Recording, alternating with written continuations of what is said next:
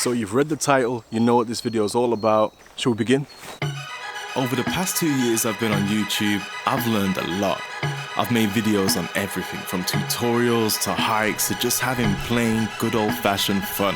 And above all, I've learned more about myself and who I want to be. When I started this channel, I was finding my feet, testing every bit of gear I could get my hands on. I definitely had gas, that's for sure. My channel went from me exploring the world to sitting indoors doing tutorials, and that was never my intention. I wanted to help people, yes, but not at the expense of my own freedom. And it wasn't until I tested that Fuji X-T2 a year ago, remember that? That's when I noticed my problem. And you know what the problem was? It's me, giving up, no longer pushing my creativity. I found myself blaming my equipment for not going out on big adventures. But something in that Fuji camera sparked a flame for me, and as quick as it lit, it blew out when I had to return the camera. So I've decided to no longer blame my equipment. Instead, I'm starting fresh, new mindset, new content, and definitely new gear. Yeah, goodbye Sony. You see, originally I wanted this channel to be all about learning for myself. I wanted to learn filmmaking, and I wanted to take you guys out on the whole adventure, and maybe somewhere along the lines you guys could learn something out as well. But over the years I feel like that's drifted, and I started to not so much blame my equipment, but I've started to doubt my equipment. So I guess this brings me back to why I'm changing my camera gear and why specifically I've decided to switch over to Fujifilm. So for you guys that have been watching my channel for a long time, you'll know that I've done a few things with Fujifilm, and the one camera that I reviewed, I think it was about 2 years ago, was the Fuji X-T2, and I fell in love with it. Recently, Fuji sent me the X-H1. I haven't made a video about that yet, and once again, I fell in love with that camera. Now the problem was, when I first got the X-T2, that camera was just not ready for my workflow. I feel like video-wise, it just wasn't ready to be the full main camera for my channel. So at that point in time, I decided that I needed to still stick with Sony because Sony was still doing it for me. So I had my Sony a6000 for video, and I had a Sony a7 for photography.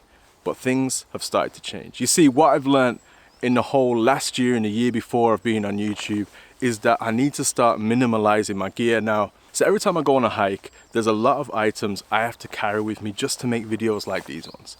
Not to mention, so I have an A7 camera body, I have about 3 lenses for that, I have an A6000, another 3 lenses for that, I also have 2 tripods, I have microphones, I have a drone, I have batteries, and then remember, I'm a Sony user, so I have thousands and thousands of batteries, you know, and then you need bags and rucksacks, and then you got to go and climb a 2,500 meter mountain. It's tiring. It's really tiring, and I'm super tired of that stuff. I wanted to kind of have it all in one package. One camera that can do photography, and also one camera that can be able to do great, amazing video footage. So let me stop you there and give you 5 reasons why I've decided that Fujifilm cameras are perfect for me. First of all, the main thing that everybody talks about when they talk about Fujifilm, it's the buttons and the modulation. Literally, the Fujifilm cameras have buttons absolutely everywhere, and that just makes things super easy. You've got your exposure compensation, you've got your ISO, you've got your shutter speed, and it's all there ready to hand. There's no reason to be going inside of the camera for anything. Sometimes on the Sonys, you get used to the scrolls and everything like that, but sometimes you still need to go into the menus, and that takes away from the story. There's nothing worse than having a scene and a story that you can't control, just something that's happening, and you've got to be looking down at your camera trying to change your settings. It just doesn't work. Having it right there on top, and even to be able to change your f-stop on your lens, it's perfect. Okay, reason number 2 is color science. Now everybody talks about color science on the internet, and yes, a lot of the time it isn't so important, especially in photography. It isn't really important because we all shoot raw, but when it comes to video, color science is kind of king. Yes, you have your S-logs and you have your F-logs, which give you a nice flat kind of image. It's not so much raw, but it kind of gives you a flat image to start with. But even then, once you bring out the files, they don't look that great on every single camera. For me, my preference, Fujifilm has some of the best color science built into their cameras. There's loads of film simulations. You can have Pro via Astia. You've seen all those things before, but even with the F-log files, when you bring them back out using the LUTs that Fujifilm provide you with, they're absolutely gorgeous. Super, super beautiful. Let me give you some examples of that stuff right now.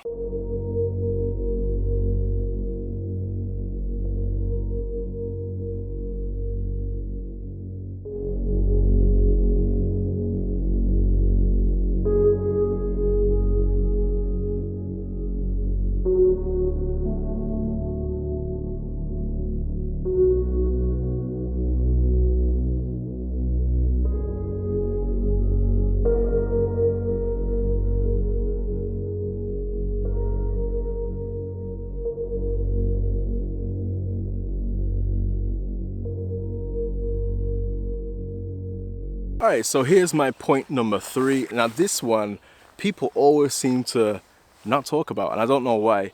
Everyone always seems to think that it's only out of Canon and Sony when it comes to autofocus.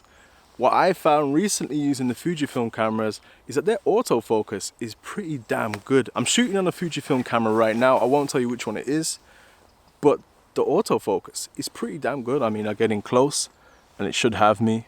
I'll go far away. It should have me. I mean, yes, back in the day, if I was to go close like this, there'll be these weird things that would happen in the background. It'd be like a shutter and it wouldn't be a smooth focus. If I move away now, I move a bit closer, the focus is nice. So when anyone tells you you can only get a Sony or you can only get a Canon for autofocus, maybe they haven't tested the Fujifilm out yet. And I will say, I'm not just a Sony user. Beforehand, I used to use Canon. Canon was my main camera body to use for everything, but then I switched to Sony like everybody else does, you know, that creative thing to do on YouTube.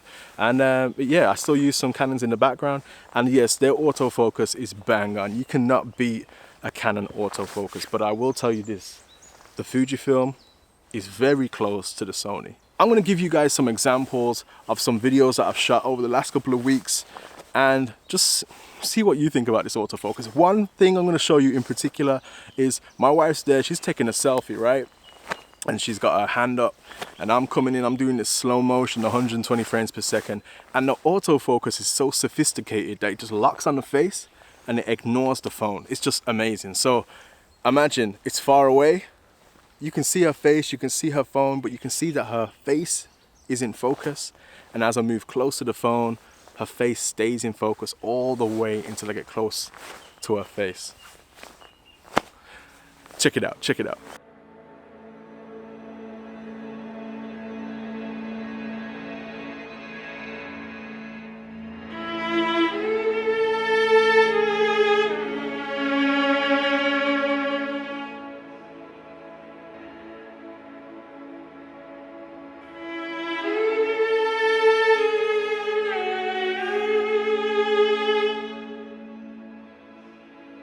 So my fourth reason is something that we touched on before, right? It's the options that you get for video on the Fujifilm cameras. Now I know I'm talking about video a lot. It's because mainly photography is already like, I mean, I don't need to discuss the Fujifilm X-Trans sensor setup at all. Like everybody knows how sharp it is. Like I have no worries, and I don't think a lot of other people have worries when it comes to photography on a Fujifilm camera.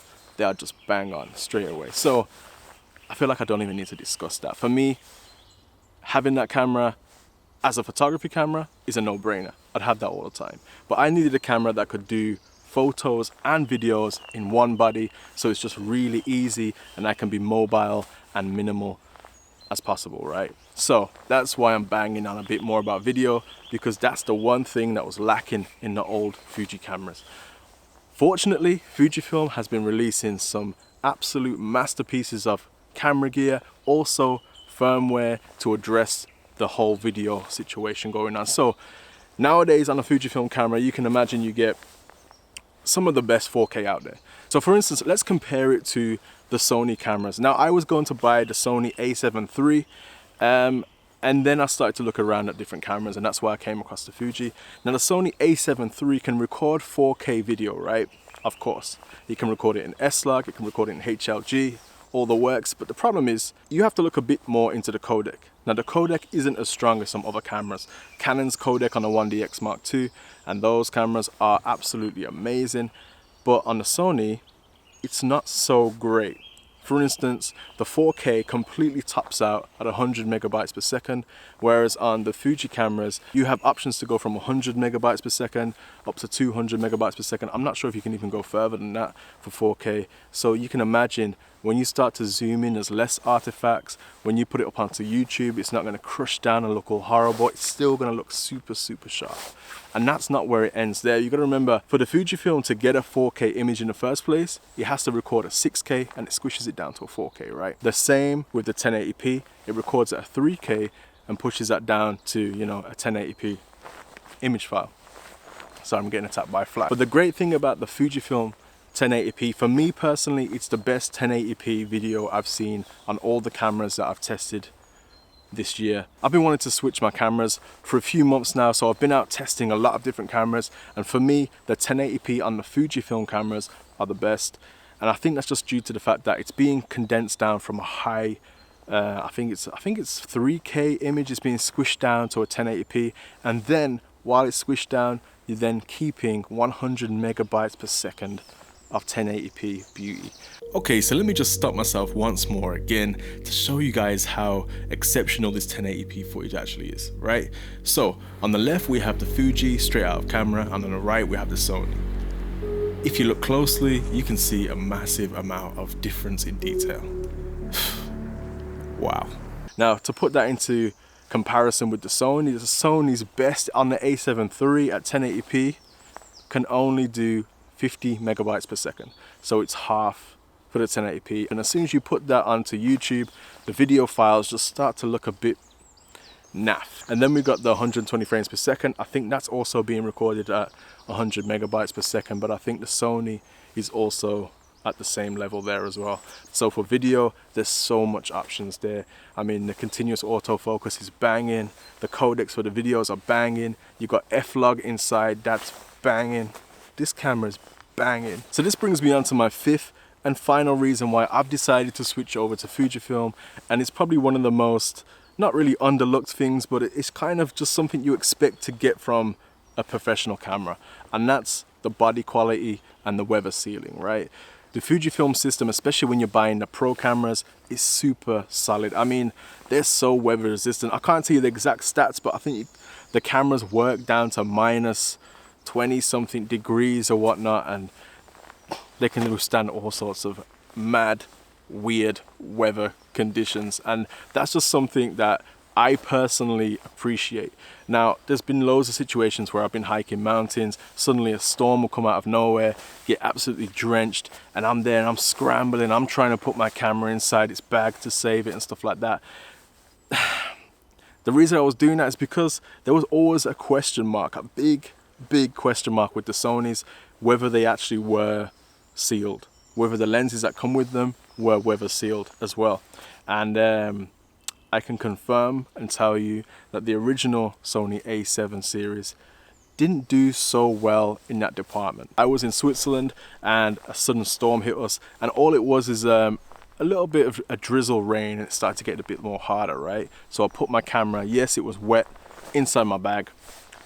You think that thing wanted to switch back on? It did not want to switch back on. I had to switch over to my Canon, and my Canon was working fine. And that just ruined the rest of the day for me. I mean, you don't need a camera that's going to let you down because of a bit of rain and stuff like that.